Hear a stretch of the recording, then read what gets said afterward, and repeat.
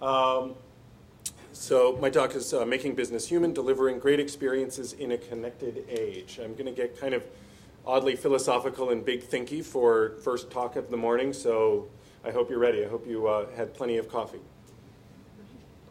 And there will be very little about Groupon in this talk. So clearly awareness of design and user experience is at an all-time high. Evidence of this, things like Apple having the largest market cap. I double-checked that last night. It is still true. They have the largest market cap of any company. Simply hired a resume search engine. Lists 43,000 jobs with the phrase user experience in it. Exact phrase, user experience. That's up. I did the search last year, and there was 26,000, and I thought 26,000 was a lot. 43,000 is even more. So clearly a lot of interest in user experience and design. You're seeing more and more conferences like this emerge. So it leads to the question,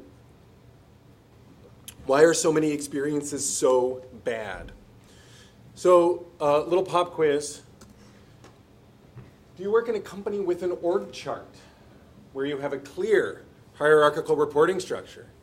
Do job titles determine work responsibilities and salaries? Are there policies, procedures, and explicit rules for you to follow? Do people work in cubicles, visually isolated from colleagues? Are meetings primarily about the status of various initiatives?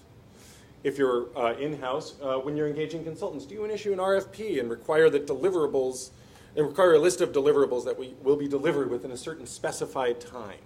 So look at these questions, think about if they make sense, apply to what it is you're doing, and if you answer yes to any of that, you work in a bureaucracy.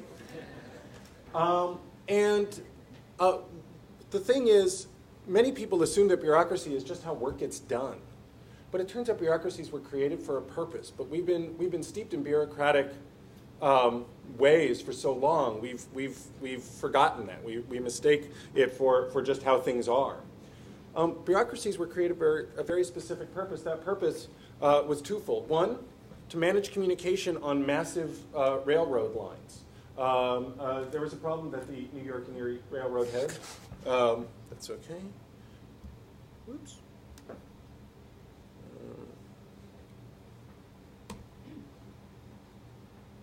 Oh, there is no key to the right of the shift key.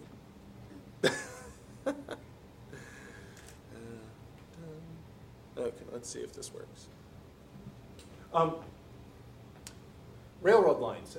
So bureaucracies, or not bureaucracies, but kind of the modern management bureaucracy was created in part to help manage railroads. Railroads had lines going throughout the country, and what was happening was trains were colliding into each other, and the trains were colliding into each other because they didn't know where they were. And so hierarchical management structures were put in place to support the flow, an efficient flow of communication up and down the channel so that folks could know where trains were. Similarly, the management structures that we live under were created for a world of mass manufacture and factory work. Making tons and tons of stuff and putting it out in the world, right? So this is the world of work that org charts were created for. This is a historic org chart of the tabulating machine company, which then became known as IBM, right?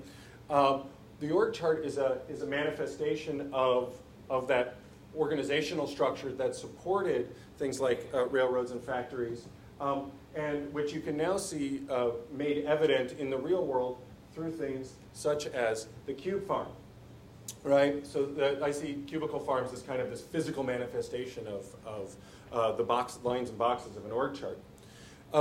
What you have here is bureaucracy, and there's a sociologist, I told you we might get a little heady, sociologist named Max Weber, who talked about the iron cage of bureaucracy. Bureaucracies can serve a purpose. They were created to actually make things a more effective, more efficient in a world of certainty, in a world where you needed fairness because you treat everyone the same. That's one of the issues, one of the things with an org chart, right, is that every box is kind of, you're defined by the box that you're in, not who you are, so that you can kind of swap boxes.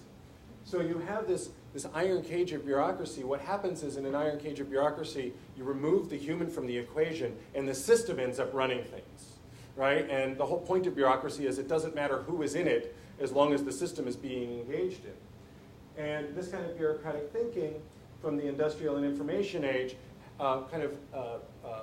is in support of a series of traits. So the industrial and information age is very much about making stuff, products, manufacturing. It's about efficiency. It's about analysis. You get these departmental silos and this hierarchical organization. Individuals can get very isolated in these types of structures as well. So this is the world of work from the 19th and much of the 20th century. But then something happens. You get complexification. You get microchips in everything, and so everything is software. And you get networks. And so all of those software things are now connected. And when you combine complexification and networks, you get a whole host of uncertainty, right? You get emergent things, emergent properties that you simply couldn't predict. It's chaos. And this model does not work very well in chaos. This model on the left requires certainty. It requires knowing exactly what it is that you're expecting to do, what the nature of the environment is in. Once things start getting uncertain, this starts breaking down. And I would argue that we are now we haven't even shifted, we're not shifting, we are in a connected age. And the elements of that connected age, there's kind of a response to everything on the left now. So instead of products, we're thinking about services. Instead of focusing on manufacturing, we're focusing on customer experience. Instead of things like ownership, where people have to be acquisitive and own everything, it's about access. Think about things like Divvy or car share movements, those types of things. Shifting away from time towards value. It doesn't matter how much you work as long as the work you're doing is valuable. It's less about efficiency than effectiveness. It's not less about analytical thinking than generative thinking. And I'll be going into some of these in greater detail. Now, the stuff on the right is messy. And the reason it's messy is because it requires a willingness to engage in uncertainty. When you get that kind of unpredictability that we now have, that's going to lead to uncertainty, and you have to be flexible in order to manage that unpredictability. And it turns out that there's something that manages uncertainty actually pretty well, and that's people. Humans are actually really good at adapting to uncertainty, much better than bureaucratic systems. And so that's why I'm arguing we need to embrace more human values in our work and how we work. So another way of thinking about this, if for the longest time businesses kind of emphasized a left brain approach to getting things done, and I know this is an oversimplification in the world of neuroscience, but the point is still valid, right? We need to move away from this left brain approach towards a right brain approach that embraces emotions, vision, creativity, generativity, qualitative. It's not that we're ditching the left brain and only doing the right brain. It's that we're bringing these things together. This is a slide from one of Steve Jobs' last presentations where he talked about the power of Apple Computer, or Apple, is that they sit at that nexus of technology and liberal arts. And I think this is huge, a kind of a huge statement of the opportunity. It's not that we're forsaking the technology or forsaking that more analytical world. It's that we're merging that with this more generative, creative world of liberal arts and design. So that's entered design thinking. And I think for me, a lot of the interest in design thinking that's happened over the last decade or so now was less about design and more about a means by which we can embrace humanity within the workplace. Because if you think about design thinking, much of design thinking is actually social science thinking. The first part of design thinking is to go out and talk to customers. That's not a design act. That's just being human. Then there is this kind of creative act of design thinking as well. Now, what I find interesting is that design thinking is, and the approaches, the methods that you engage in when you're doing design thinking are actually reminiscent of a stage that you're in before we become bureaucratized as people. And to explain it, I won't show the video. Some of you might have seen it. There's a TED Talk on the Marshmallow Challenge if you go to marshmallowchallenge.com. The marshmallow challenge is where you get groups of people, usually 4 or 5 people, and you give them 20 sticks of spaghetti, 1 yard of tape, 1 yard of string, 1 marshmallow, and try to get them to build the tallest structure they can with that spaghetti with the marshmallow as high as possible. And people have been doing this over and over again. IDEO is somewhat known for this. There's others who have engaged in this exercise.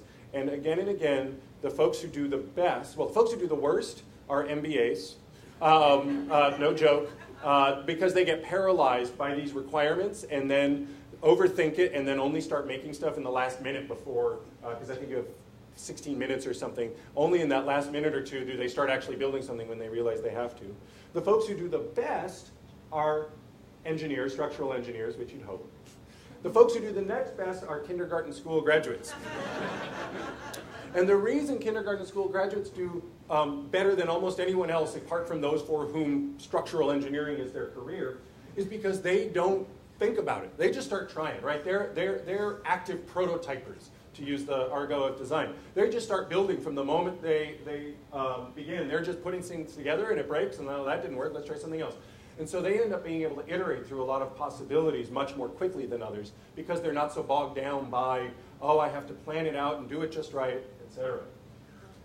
Now, what I find interesting about when I heard about how well kindergartners do it, at Adaptive Path, we used to teach workshops. We used to, they still do. I'm no longer at Adaptive Path. Host workshops with our clients. And if you look at a workshop setup, you get people, you put them around tables, there's lots of drawing, there's lots of posters. It ends up looking a lot like a kindergarten classroom, right?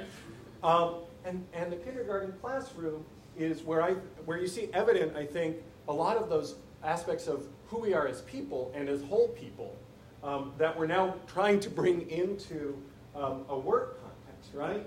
Where in kindergartens, you're encouraged to express visually and tactilely, right, with touch, with your fingers, and to draw. All contributors are equal, right? You sit around these tables. There's not a sense of hierarchy except for maybe the teacher, but even as you can see here, right, the teacher's just kind of one of them.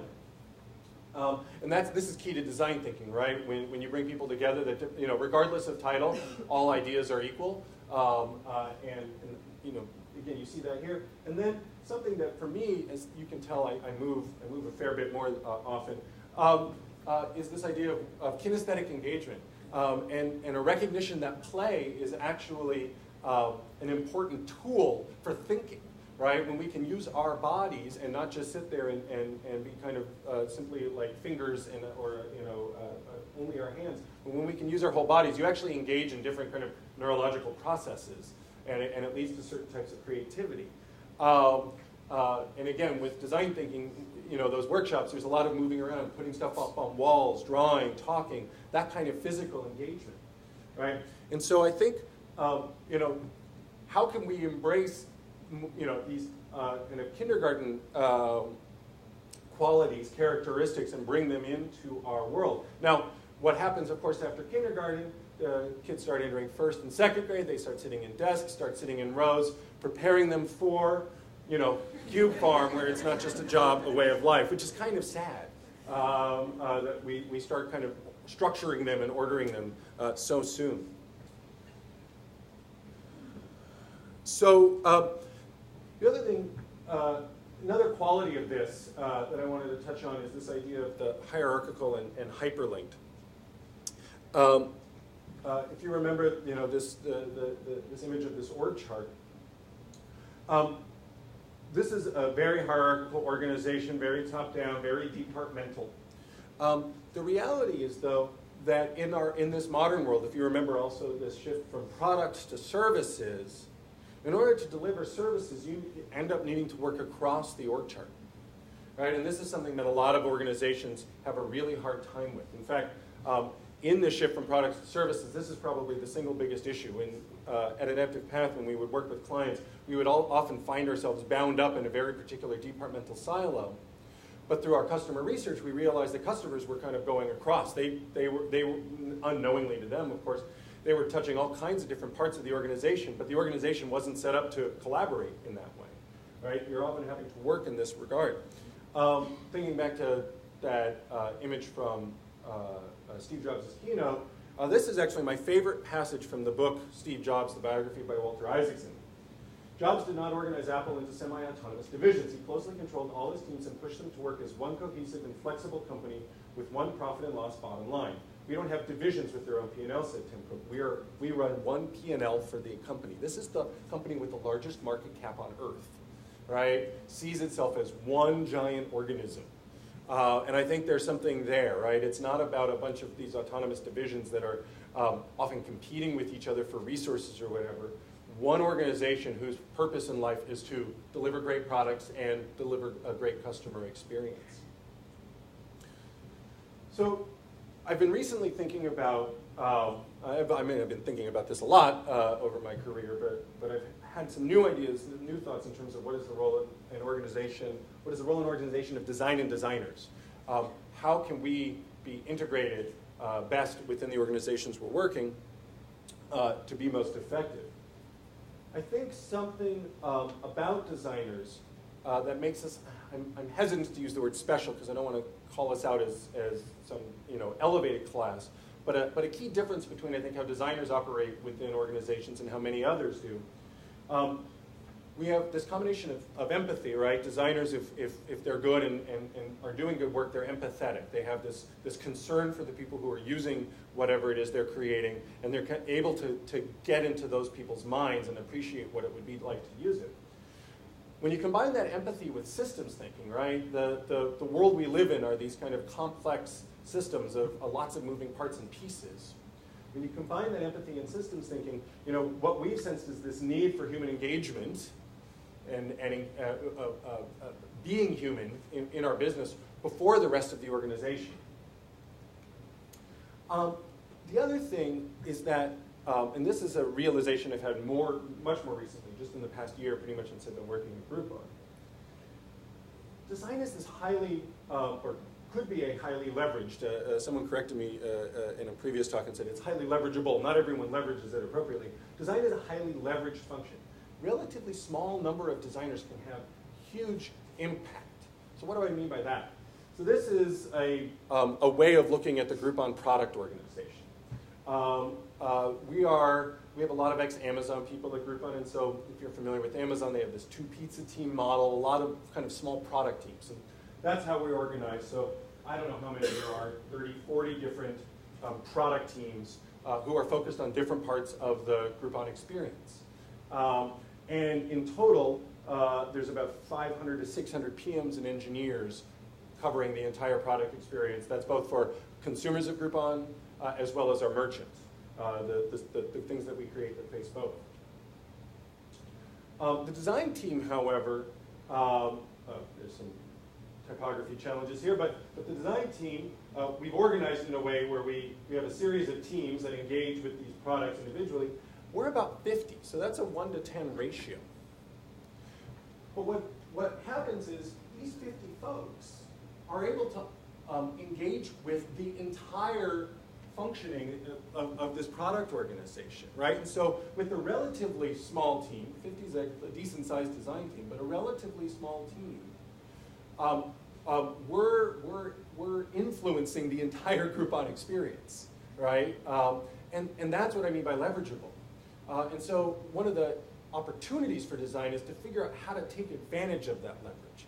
I had a conversation almost a year ago now with Doug Bowman, who's the creative director at Twitter. And he was talking about how they moved from one location to another. And in the new location, all the designers sat together in this kind of large studio space, and there's about 40 of them. And the reason was, one, designers like to be together, but two, they're kind of similarly structured. Designers are working on all these different products. But by having the designers together, one of the things this does is this ensures coherence across all these product teams, right? If all these product teams are left to kind of do whatever they want, they'll just kind of go fractal. They'll just go off in different directions, solving problems in isolation. So the designers can kind of bring that together and ensure a coherence of experience. But the other thing is, it's actually really powerful inside the organization. What Doug mentioned to me was that the CEO of Twitter, Dick, if he wants to know what's going on in the company, he can go to one place. He can go to the design studio, look around, and see everything that is happening at Twitter through the efforts of this one group, right? And so I think that speaks to this opportunity for design to be this kind of influence broker almost. Which is a role that we haven't really embraced. So design is this glue that can ensure coherence across all these touch points, products, and departments. I think design is an activity, and we need to separate design from designers. Design can be an activity that an entire organization engages in, right? Design should not only be done by designers. The acts of design can be done by marketers, product managers, engineers. The role of the designer, particularly in this kind of cohering, quasi-centralized function, is to be facilitators, engaging all these teams, get the best ideas out of them, and then our job is to refine and hone them, to make those ideas better.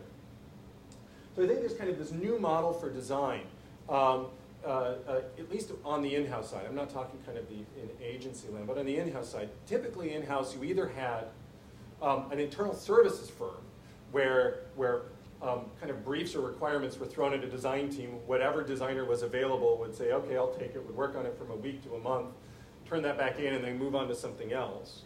That doesn't work well because the product partners that you're working with don't recognize that you're not as invested in their problem as you are, or as they are, sorry. And so it's easy to dismiss a designer's suggestions because they're just going to leave in a month.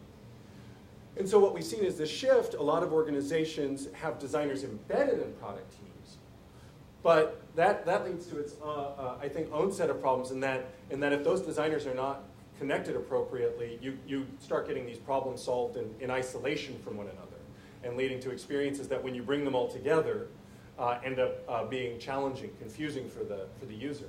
And so I think there's this new model where the design team is functionally centralized. A Groupon all design actually rolls up through my organization, including marketing as well as product. I think this idea of separating marketing and product design is stupid. Stupid. If you have marketing designers and product designers in two different groups reporting up through two different parts of the organization, you are doing it wrong. Because all of this is part of your customer's experience, right? Those designers need to be working together, need to be cohering that experience that your customers are having, which often first is a marketing experience and then becomes a product experience. Design does need to become accountable, right? If we're going to step up in this way, design needs to be accountable. And this also allows for design to become strategic, to be involved in defining the problems as well as developing them. So I think there's an opportunity here for design to work in this centralized way with greater influence, cohering that experience, helping drive an organization forward that we're only just starting to realize. And with that, I thank you for your consideration.